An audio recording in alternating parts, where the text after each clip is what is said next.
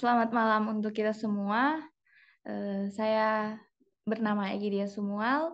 Terima kasih atas kesempatan yang begitu indah yang diberikan kepada saya untuk membawakan sebuah kesaksian, di mana kesaksian ini menceritakan tentang pengalaman pribadi saya ketika saya berada di bangku kuliah sampai saya bisa berangkat ke luar negeri sekarang ini.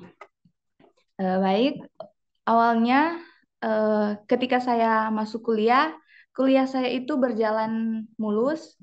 Kalau bisa dibilang tidak ada mata kuliah yang tertinggal. Nah, setelah saya lulus kuliah S1 keperawatan di Unclub, saya ingin melanjutkan ke jenjang yang lebih tinggi yaitu profesi nurse. Tetapi ketika saya berkonsultasi dengan keluarga saya, terutama orang tua saya mengatakan bahwa eh, mungkin profesinya di skip dulu karena keuangan atau ekonomi orang tua saya tidak mencukupi untuk membiayai saya mengambil atau melanjutkan profesi nurse tersebut.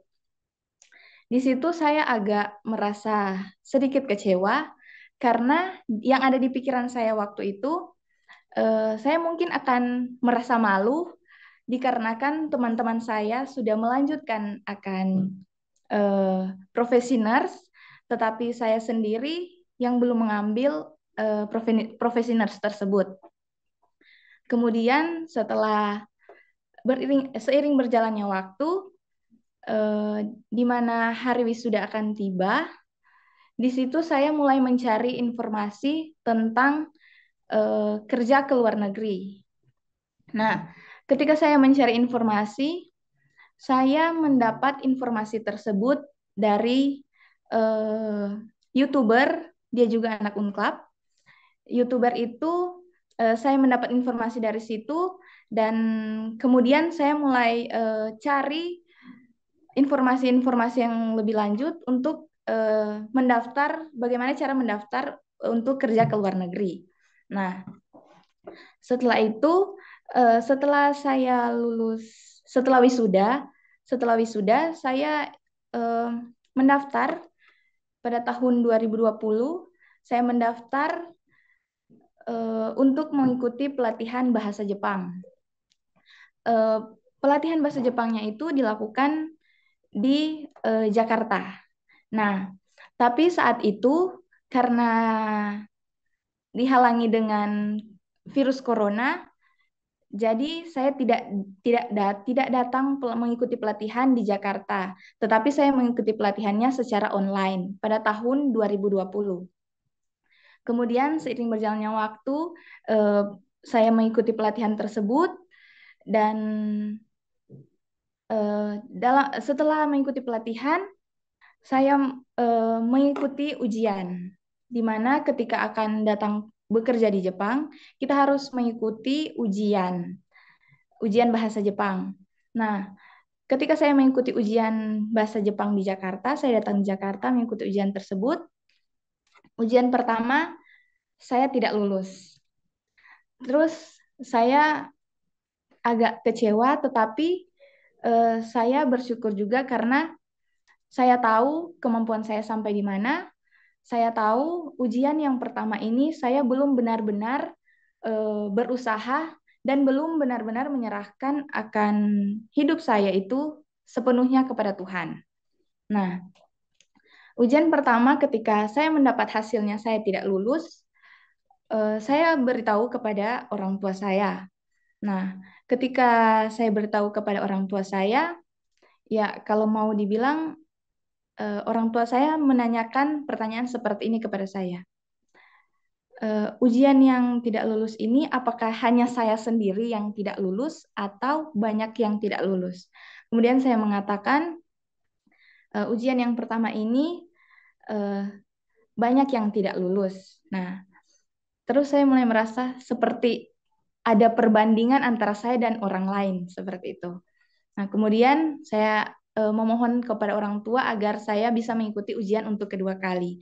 Karena ketika kita mengikuti ujian bahasa Jepang ini, kita harus membayar kembali untuk mengikuti ujian tersebut. Nah, terus eh, setelah mengikuti ujian kedua, saya sudah berusaha semaksimal mungkin, semampu saya, tapi doa saya belum dijawab.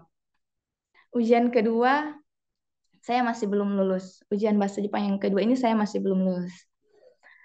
Terus saya merasa agak takut, agak kecewa, eh, takut untuk memberitahukan itu kepada orang tua saya karena saya tahu ketika saya memberitahukannya, orang tua saya akan marah dan ya otomatis orang tua akan merasa kecewa kepada saya. Kenapa sudah ujian kedua kali kamu tidak lulus juga gitu. Terus dengan berat hati dan rasa takut, saya memberitahukan kepada orang tua saya. Saya bilang kalau ujian yang kedua tidak lulus lagi. Nah, kemudian di saat itu saya menangis. Karena saat saya memberitahukan itu kepada orang tua saya telepon mama saya. Ketika saya telepon mama saya bilang kalau ujian yang kedua ini tidak lulus, mama saya langsung bilang, "Oh, kenapa seperti itu? Sepertinya kamu tidak belajar dengan baik ya." Udah. Nah, saat itu saya mulai merasa saya hanya butuh dukungan ketika saya tidak lulus. Saya hanya butuh dukungan. Tetapi saat itu mama saya selalu seperti ingin menekan saya. Mama saya berkata, "Kenapa kamu tidak lulus? Memangnya tidak belajar? Udah ujian kedua, tapi kenapa belum lulus lagi?" Seperti itu. Secara otomatis saya sakit hati mendengar perkataan itu dari mama saya. Di saat itu mama saya juga sudah tidak mau bicara lagi sama saya, telepon saja untuk kedua kalinya, bukan mama saya yang angkat tapi papa saya yang angkat. Saya menangis dan saya berkata, kalau memang masih diperkenankan Tuhan untuk datang bekerja di Jepang, saya masih ingin mengikuti ujian yang untuk yang ketiga kali dan saya mohon ini untuk ujian yang terakhir kepada papa saya. Nah, kemudian papa saya berkata, "Ya sudah." Dia menenangkan saya terlebih dahulu, terus dia berkata, "Ya sudah, tidak apa-apa, ikut lagi ujian yang ketiga. Tapi ujian ini ujian yang terakhir. Soalnya kalau misalnya ujian yang ketiga ini tidak lulus lagi, ya udah, kamu nggak usah ke Jepang, pulang ke rumah aja, terus kerja di kebun aja." Di saat itu saya mulai merasa sakit hati, rasa kecewa, ingin marah juga ada. Tetapi di sisi lain, saya merasa bahwa Tuhan itu mungkin punya rencana lain. Tuhan tahu kemampuan saya. Di saat itu mungkin saya juga memang belum benar-benar berusaha dan belum benar-benar menyerahkan kehidupan saya sepenuhnya kepada Tuhan. Nah, setelah itu saya pulang ke Manado terlebih dahulu. Pada tahun 2021, 22. Pada tahun 2022 kemarin saya mengikuti uh, ujian lagi untuk ketiga kalinya. Tetapi sebelum mengikuti ujian yang ketiga kalinya, saya mengikuti pembelajaran offline di asrama di Jakarta. Selama pembelajaran offline itu berjalan dengan sangat-sangat baik karena di saat itu saya merasa saya bisa ujian ketiga ini. Karena saya selalu berdoa, Tuhan, kalau memang Tuhan masih punya rencana buat saya dan Tuhan masih izinkan saya untuk datang kerja ke Jepang, saya mau ujian ketiga ini saya bisa lulus. Terus ujiannya akan diadakan pada bulan Agustus tahun 2022. Tetapi ujiannya diundur menjadi bulan Oktober. Jadi bulan Agustus itu saya tidak jadi ujian dikarenakan masih corona juga. Terus bulan Oktober tahun 2022 saya mengikuti ujian. Dan puji Tuhan sekali Ketika ujian yang ketiga itu saya bisa lulus. Saya mengatakan kepada orang tua saya, ujian yang ketiga saya sudah lulus. Mereka sangat senang dan sangat bangga melihat hasil ujian yang menunjukkan bahwa hasilnya saya lulus ujian tersebut. Nah, setelah mengikuti ujian, banyak sekali rintangan, banyak sekali godaan yang saya alami, terutama orang-orang kan sudah pada tahu mau ke Jepang begini, terus ditanyain terus eh, kapan ke Jepangnya? Katanya sudah mau ke Jepang. Kenapa belum berangkat-berangkat? Dan itu membuat pikiran saya menjadi kacau. Dan kalau bukan karena Tuhan, mungkin saya tidak berada di Jepang saat ini. Nah, sebelumnya setelah lulus ujian, saya itu mengikuti interview kerja. Interview pertama saya ikut tidak lulus. Terus saya ikut lagi interview kerja yang kedua dan puji Tuhan saya lulus pada bulan Januari tahun ini. Nah, kemudian setelah saya lulus interview kerja, di saat itu eh, di tan apa? Di saat itu ada surat persetujuan untuk tanda tangan kontraknya dan di tanda tangan kontraknya itu eh, ditulis bahwa saya akan berangkat pada bulan Juli tahun tahun kemarin.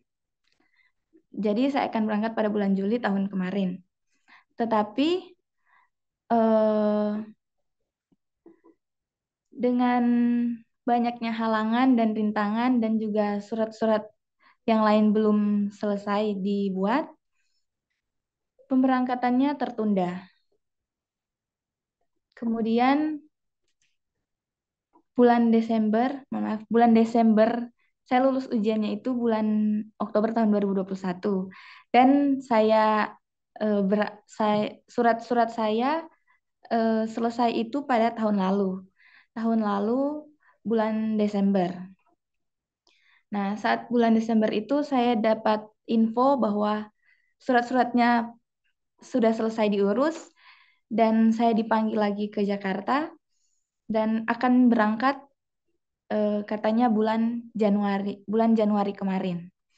Saya sudah menunggu sampai bulan Januari kemarin, tapi belum juga ada jawaban untuk berangkat. Tapi surat-suratnya sudah selesai diurus. Nah, kemudian di akhir bulan kemarin, saya mendapat info bahwa saya akan berangkat pada bulan ini pada tanggal 2. Nah, saya bersyukur sekali karena puji Tuhan saya bisa berangkat ke Jepang pada tanggal 2 minggu lalu.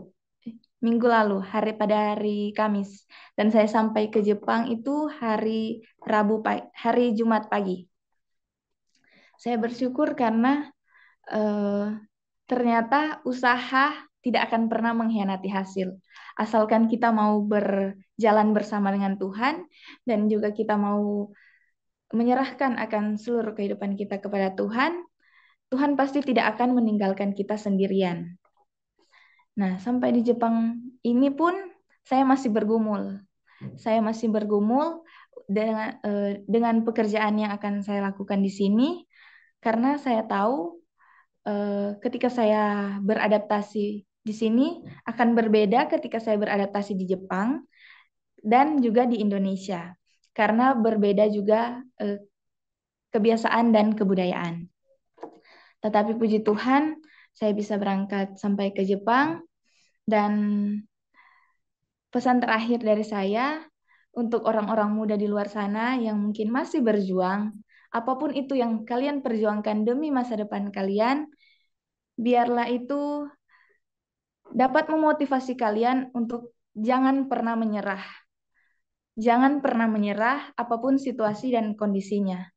Karena ketika kita bersandar kepada Tuhan, Tuhan tidak akan pernah membiarkan kita sendirian dan Tuhan juga akan melihat setiap usaha yang kita lakukan. Mungkin itu saja. Saya berdoa nama Tuhan Yesus. Amin.